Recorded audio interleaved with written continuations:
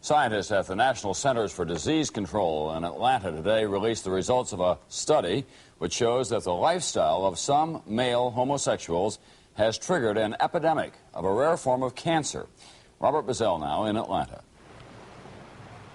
Bobby Campbell of San Francisco and Billy Walker of New York both suffer from a mysterious, newly discovered disease which affects mostly homosexual men, but has also been found in heterosexual men and women.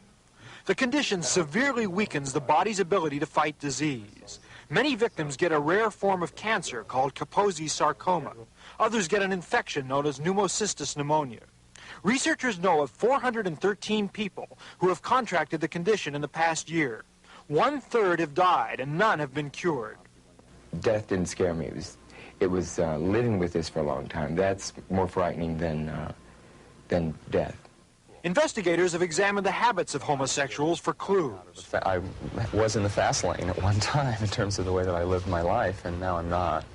The best guess is that some infectious agent is causing it. Today, researchers here at the National Centers for Disease Control said they had found several cases where people who had been sex partners both had the condition. The scientists say this probably means they are dealing with some new, deadly, sexually transmitted disease.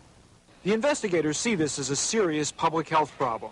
From an epidemic point of view, there have been more deaths from Kaposi sarcoma and pneumocystis pneumonia than have occurred with all the cases of toxic shock syndrome and the Philadelphia outbreak of Legionnaire's disease combined.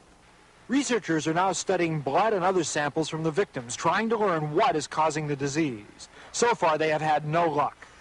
Robert Bazell, NBC News, Atlanta.